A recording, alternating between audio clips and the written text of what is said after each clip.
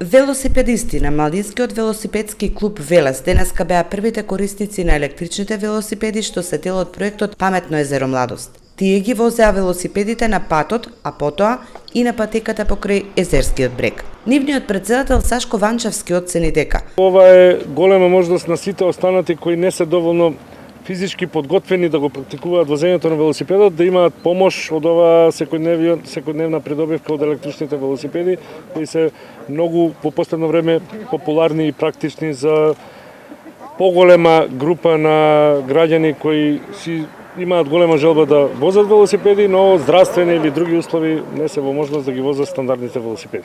Фирмата Geonet ги набави додека заедно со мобилниот оператор А1 го реализираат делот за создавање на услови за возење на електричните велосипеди на Езерскиот брег.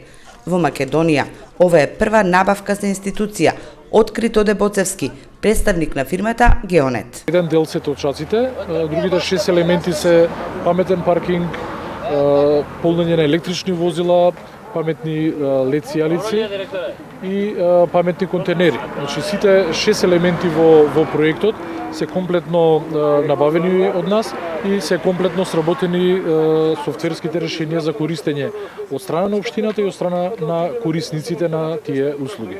Еден велосипед чини 2000 евра, додека со софтверското решение, смарт бравите за заклучување и апликацијата за корисниците, Општина Велес инвестираше вкупно 2.726.295 денари.